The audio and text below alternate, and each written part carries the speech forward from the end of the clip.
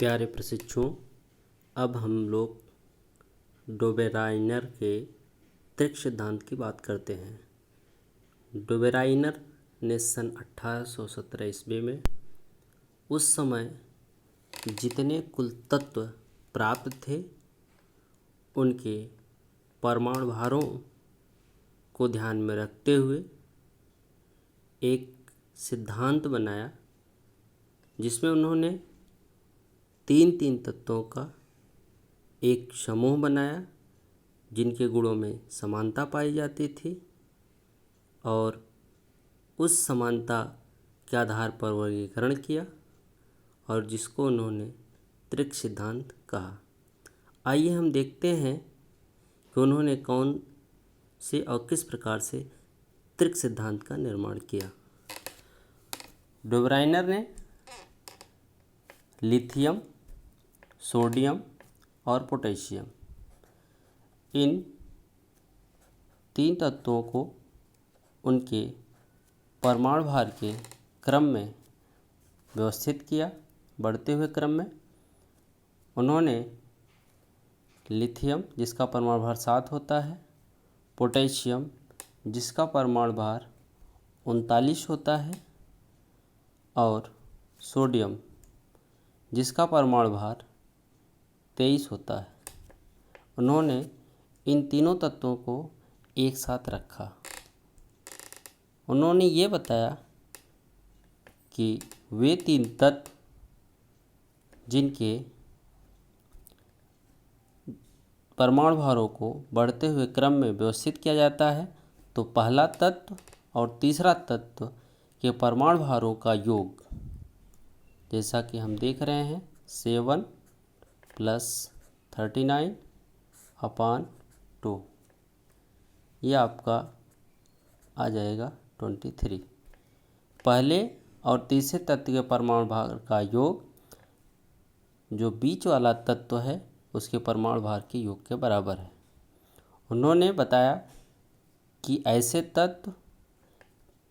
ऐसे तीन तत्व जिसमें पहले और तीसरे तत्व के परमाणु भार का योग दूसरे तत्व के बराबर होता है, इन तीनों के गुणों में समानता पाई जाती है। इसी तरीके से उन्होंने दूसरा त्रिक बनाया, कैल्शियम, स्ट्रांशियम और बेरियम।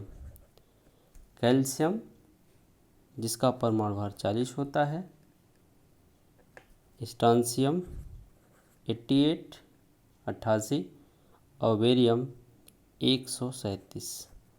उनके हिसाब से दूसरा जो त्रिक हुआ, कैल्शियम जिसका परमाणु भार 40 जो पहला तत्व है, बढ़ते हुए क्रम में जो तीसरा तत्व है उसका परमाणु भार 137।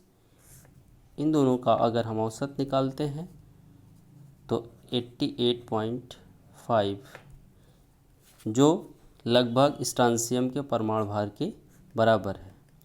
तो इस प्रकार से पहला तत्व और तीसरे तत्व के परमाणु भार का औसत दूसरे तत्व के परमाणु भार के बराबर है, जिनके गुणों में समानता होती है। इसी प्रकार से इन्होंने क्लोरीन, ब्रोमीन और आयोडीन को लिया और इसका परमाणु भार क्लोरीन का उन्होंने देखा 35.5, ब्रोमीन का 80 और आयोडीन का 127। पहले तत्व का 35.5 और तीसरे तत्व का 127। इसका औसत अगर हम देखते हैं तो वह 80 के बराबर है। जो पहले तत्व और दूसरे तत्व के परमाणु भार का योग दूसरे तत्व के परमाणु भार के योग के लगभग बराबर है। इस प्रकार उन्होंने तीन तत्वों का तीन त्रिक बनाया और उन्होंने बताया कि इन तीनों तत्वों के त्रिक में ये समानता है कि पहले तत्व और तीसरे तत्व के परमाणु भारों का औसत दूसरे तत्व के बराबर होता है। ऐसे जो भी त्रिक बनते हैं इनके गुणों में समानता होती है। ये रहा डोबेराइनर का त्रिक सिद्धांत। लेकिन ये त्रिक सिद्धांत सभी तत्वों पर लागू नहीं हो सका, वो केवल कुछ ही तत्वों पर लागू हो सका।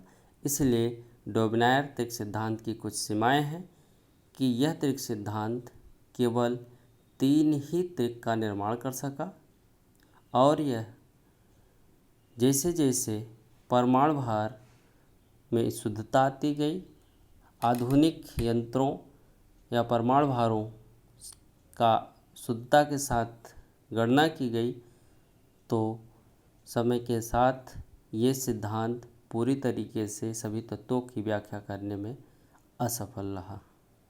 अब हम इसके बाद बात करेंगे न्यूलैंड के अष्टक नियम का।